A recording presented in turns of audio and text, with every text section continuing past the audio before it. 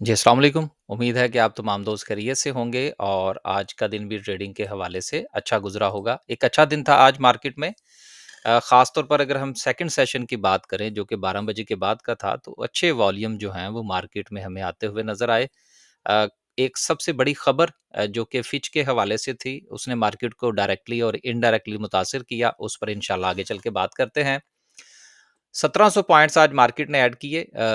2 चीज़ें बड़ी अहम थी। एक मार्केट के लिए 147 की रेजिस्टेंस जिसको मार्केट बार-बार जो थी वो रेजिस्ट कर रही थी। ना सिर्फ़ कि मार्केट ने उसको ब्रेक किया, बल्कि उसके साथ-साथ 148,000 का लेवल भी मार्केट ने ना सिर्फ़ के ब्रेक किया बल्कि क्लोजिंग भी दी। तो उम्मीद रखनी चाहिए कि मार्केट जो है वो अपने एक नए हाई की तरफ जो है वो इंशाल्लाह जा रही है। सीमेंट सेक्टर की परफॉर्मेंस बहुत अच्छी रही, लेकिन उससे पहले थोड़ा-सा सर्किट ब्रेकर की तरफ अगर हम देख लें, 1700 पॉइंट्स के इज़ाफ़े के साथ सर्किट ब्रेकर की बात करें तो माशाल्लाह से आज भी आपको 19 कंपनीज़ जो हैं वो अपर कैप में नज़र आ रही हैं, जिसमें स्पेल अच्छा था उसका रिज़ल्ट। अच्छा एसजीपीएल जो है इसका ये लगातार मेरा ख़्याल है तीसरा कैप है। और आपको याद होगा कि मैंने मेरा ख़्याल है जुमेरात वाली वीडियो में, क्योंकि जुमे वाले दिन तो मैं बना नहीं सका, कुछ जो थे वो मामलात थे, उसके लिए माज़रत। तो मैंने ये गुज़ारिश की थी कि सीएसआईएल खुद चले ना चले, लेकिन जिनके साथ इनके मामलात जो हैं वो तय पाते हैं, वो शेयर ज़रूर चल जाता है। तो जिनके पास है जी, वो अब आहिस्ता-आहिस्ता प्रॉफ़िट टेकिंग की तरफ आइए, क्योंकि अगर आप प्रॉफ़िट टेकिंग नहीं करेंगे, तो एक सर्टेन लेवल के बाद जब लोग प्रॉफ़िट टेकिंग करेंगे, तो फिर यकीनन आपको जो है वो परेशानी का सामना करना पड़ेगा।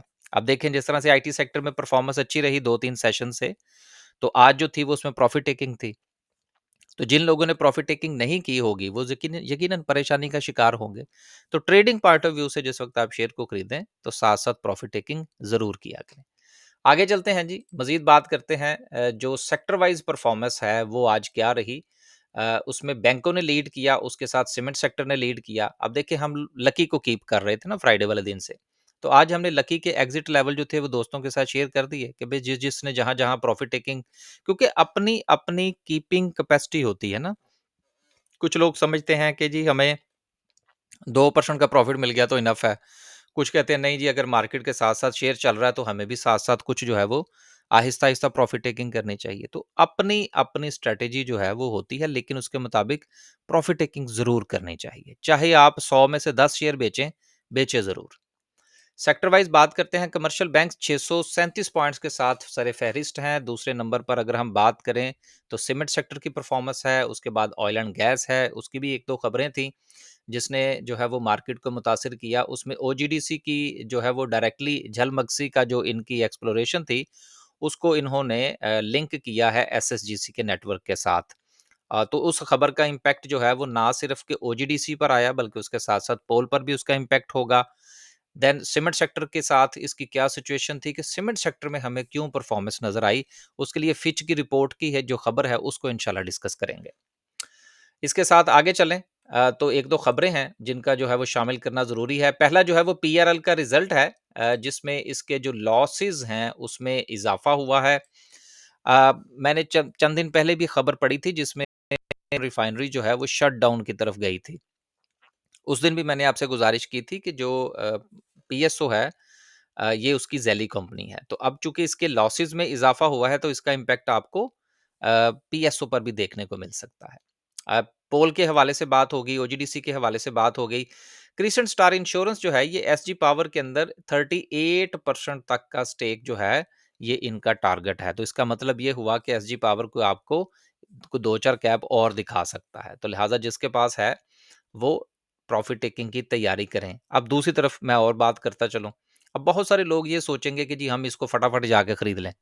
उनसे गुज़ारिश है कि जब कोई शेयर कैप लगने की तरफ चला जाए या उसमें बढ़ोतरी आनी शुरू हो जाए इस तरह से एकदम से, तो बेहतर है कि अब आप उसको छोड़ दें। बाकी और 400 कंपनीज़ हैं, किसी और की तरफ चले जाएँ। इसको छोड़ दें अब आप। क्योंकि जब ये वापसी का रास्ता इख्तियार करेगा तो फिर आपके लिए परेशानी होगी। अगली खबर जो है वो ज़रिया के हवाले से है, जिन्होंने अपनी पहली कंसाइनमेंट जो है वो यूएई की एक्सपोर्ट जो है उन्होंने की है वो मुकम्मल हो गई, जिसकी वजह से आज ना सिर्फ कि इसको कैप लगा बल्कि वॉल्यूम भी बड़ा अच्छा जनरेट हुआ। 2 कंपनीज़ मज़ीद जो हैं वो अपनी फेस वैल्यू के हवाले से, स्टॉक स्प्लिट के हवाले से जो है वो अपना प्रोसेस मुकम्मल करने जा रही हैं। उसमें एक एलएसई वेंचर है और दूसरा जो है वो कोहार्ट सीमेंट है। अब ये खबर शामिल करने का मेरा मकसद ये था कि जितने भी लोग नए ख़ास तौर पर मार्केट में आ रहे हैं, वो इस चीज़ की तरफ ज़रूर ध्यान दीजिएगा कि अब आपको फ्यूचर में जो भी स्टॉक स्प्लिट हो रहा है, फेस वैल्यू बदल रही हैं, तो डिविडेंड के हवाले से आपको बहुत ज़्यादा मुहतात रहना होगा। क्योंकि पहले अगर फ़र्ज़ करें कि कोई कंपनी अगर 10% का डिविडेंड अनाउंस करती है, तो उसका मतलब होता था ₹1, क्योंकि फेस वैल्यू ₹10 होती थी। अब किसी की फेस वैल्यू ₹2 हो गई, किसी की फेस वैल्यू ₹5 हो गई, तो अब डिविडेंड उसी पॉइंट ऑफ व्यू से मिलेगा। तो इस चीज़ की तरफ आपने ज़रूर ध्यान रखना है, इसीलिए मैंने ये खबर जो थी वो शामिल की है।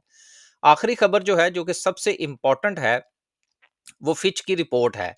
फिच ने पाकिस्तान की जो क्रेडिट रेटिंग है, ना सिर्फ़ के उसमें जो है वो बेहतरी की है, बल्कि इसके साथ-साथ पाकिस्तान की जो ग्रोथ है, उसके हवाले से भी प्रेडिक्शन की है और उसका ये कहना है, पहले नंबर पर तो हम ये देख लें कि जो डिफ़ॉल्ट रेटिंग जो थी पाकिस्तान की, जो कि ट्रिपल सी प्लस थी, वो ट्रिपल सी प्लस से तब्दील करके तो वो बी माइनस कर दी गई है। तो एक तो इसका जो है वो डायरेक्टली इम्पैक्ट आया। लेकिन चलें बैंकों के हवाले से या कंट्री के हवाले से तो बात हो गई, लेकिन सीमेंट सेक्टर आज क्यों चला? इसके पीछे क्या राज़ है? तो बेसिकली 2024 के पॉइंट ऑफ व्यू से जो शरह-ए-नमू की जो बात हो रही थी कि पाकिस्तान में जो है वो 2.5% तक रह सकती है, उसके हवाले से फिच का ये कहना है कि 2027 तक जो है ये 3.5% तक जा सकती है। तो ये जो आज आपको मार-धाड़ नज़र आई है इस खबर के बाद सीमेंट सेक्टर के अंदर, क्योंकि जीडीपी की जिस वक़्त ग्रोथ होती है ना, तो उसमें बहुत सारे सेक्टर्स इन्वॉल्व होते हैं, उसमें एक सेक्टर जो है वो आपका सीमेंट सेक्टर भी है। क्योंकि एक्टिविटीज़ बढ़ती है ना, तो जब कमर्शियल एक्टिविटीज़ बढ़ेंगी, इंफ्रास्ट्रक्चर बनेगा, तो ये सारी चीज़ें जो है वो आपकी ग्रोथ को रिफ्लेक्ट कर रही होती हैं। तो यही वजह है कि आज आपको सीमेंट सेक्टर के अंदर बड़ी अच्छी परफॉर्मेंस देखने को मिली। तो फिच की ये वो रिपोर्ट थी जिसने सेकंड सेशन के अंदर जो है वो मार्केट को बूस्ट दिया। अब डिस्कस करते हैं जी लास्ट में आज की कैंडल को। कैंडल के पॉइंट ऑफ व्यू से अगर हम बात करें, तो एक रेजिस्टेंस थी जिसके हवाले से हम बात कर रहे थे, बल्कि 2 थी। पहली रेजिस्टेंस जो थी, वो थी हमारी 147 की, जिसको मार्केट ने आज ब्रेक किया। उसके बाद दूसरी जिसको मार्केट मुसलसल जो है, वो रिजेक्ट कर रही थी, वो थी 148 की। मार्केट ने आज इसको भी ब्रेक कर दिया है। अच्छी बात ये है कि क्लोजिंग जो है वो इसके ऊपर हुई है। वॉल्यूम जो है ये मार्केट को सपोर्ट कर रहा है, राइट? लेकिन अब 2 चीज़ें बड़ी अहम हैं। नंबर 1 कि देखिए मार्केट ने आपको बूस्ट दिया, मार्केट ने अपना प्रीवियस हाई ब्रेक कर दिया छोटे टाइम फ्रेम के ऊपर। अब अगला टारगेट भी हमें ज़हन में रखना है, लेकिन साथ-साथ अपने शेयर्स में प्रॉफिट टेकिंग करने के लिए हमें निचले लेवल के ऊपर नज़र रखना भी ज़रूरी है। तो ऊपर जो नेक्स्ट रेजिस्टेंस है हमारे पास, वो है 1,49,250 की। बेहतर तो ये है कि अगर हम इसको एक ज़ोन कंसीडर करें, 1,49,000 से लेकर 1,49,500 तक का ज़ोन कंसीडर करें, तो वो ज़्यादा बेहतर होगा। स्टॉप लॉस जो है वो हमारा अभी भी 148 के नीचे होगा। क्योंकि अगर मार्केट को प्रॉफिट टेकिंग का सामना करना पड़ता है, तो देन हमारा जो प्रॉफिट है वो वैनिश हो सकता है। तो लिहाजा इस लेवल के ऊपर नज़र रखें। अगर मार्केट ये लेवल ब्रेक करती है, तो वक्ती तौर पर अपना 15, 20, 10% प्रॉफिट टेकिंग करने में कोई मुज़ाहिका नहीं होगा। लेकिन जिस तरह से मार्केट का वॉल्यूम और बड़े सेक्टर्स खास तौर पर जिसमें बैंकिंग और सीमेंट सेक्टर है, ये मार्केट को सपोर्ट कर रहे हैं। हमें उम्मीद करनी चाहिए कि कल भी मार्केट पॉजिटिव रह सकती है और अपना एक नया हाई जो है वो बना सकती है। 1,50,000 तक का सफर जो है वो मार्केट तय कर सकती है। आखिर में जी खुश रहें, आबाद रहें, अपने पोर्टफोलियो का ख्याल रखें। स्टॉक मार्केट में सबसे अहम चीज़ जो है, वो अपना प्रॉफ़िट बचाना होता है, जो थोड़ा बहुत आपने मार्केट से लिया होता है। क्योंकि जैसे ही जो है वो मार्केट का पांसा पलटता है, तो बहुत सारे ऐसे सेक्टर जो कि पॉज़िटिव होते हैं, वो नेगेटिव हो जाते हैं, जो नेगेटिव होते हैं, वो पॉज़िटिविटी की तरफ आ जाते हैं। हम चूँकि सिर्फ़ और सिर्फ़ अपने ही कुछ 1-2 शेयर्स के ऊपर नज़र रख के बैठे होते हैं, तो फिर हमें बाज़ औक़ात इंतज़ार करना पड़ता है। तो इंतज़ार की भी आदत डालिए और साथ-साथ प्रॉफ़िट टेकिंग की ज़रूर आदत डालिए। अब जिन दोस्तों ने आईटी सेक्टर में प्रॉफ़िट टेकिंग नहीं की, अभी मैं जुमेरात वाली वीडियो में गुज़ारिश कर रहा था कि जी एयरलिंक के हमने तो एग्ज़िट लेवल जो है वो दोस्तों के साथ शेयर कर दिए हैं। मकसद क्या था? मकसद यही है कि आपने एक शेयर खरीदा, उसमें एक सर्टेन लेवल तक का प्रॉफ़िट हो गया, अब आप उसमें एग्ज़िट की तैयारी करें। अब वो डबल ट्रिपल करने का वक़्त नहीं है। अब आप देखें कि अगर आपको ट्रेडिंग पॉइंट ऑफ व्यू से हैंडसम प्रॉफिट मिल रहा है, सो आप प्रॉफिट टेकिंग की तरफ जाइए। अगर आप समझते हैं कि ये मज़ीद ऊपर जा सकता है, जिस तरह से कि आज मैंने अभी आपसे गुज़ारिश की कि अगर मार्केट 148 तोड़ती है, तो 15-20% प्रॉफिट टेकिंग करने में कोई मुज़ायका नहीं होगा। अपनी पोज़ीशन एग्ज़िट करने में कोई मुज़ायका नहीं है। क्योंकि मार्केट अगर 148 को जो है वो ब्रेक करने के बाद अगर यहाँ से वापस निकलती है, तो यू स्टिल हैव 60-70%, आप उसको एंजॉय कर सकते हैं। लेकिन अगर ये मजीद नीचे जाती है, तो चलें, आपने अपना 15-20% सेव तो कर लिया।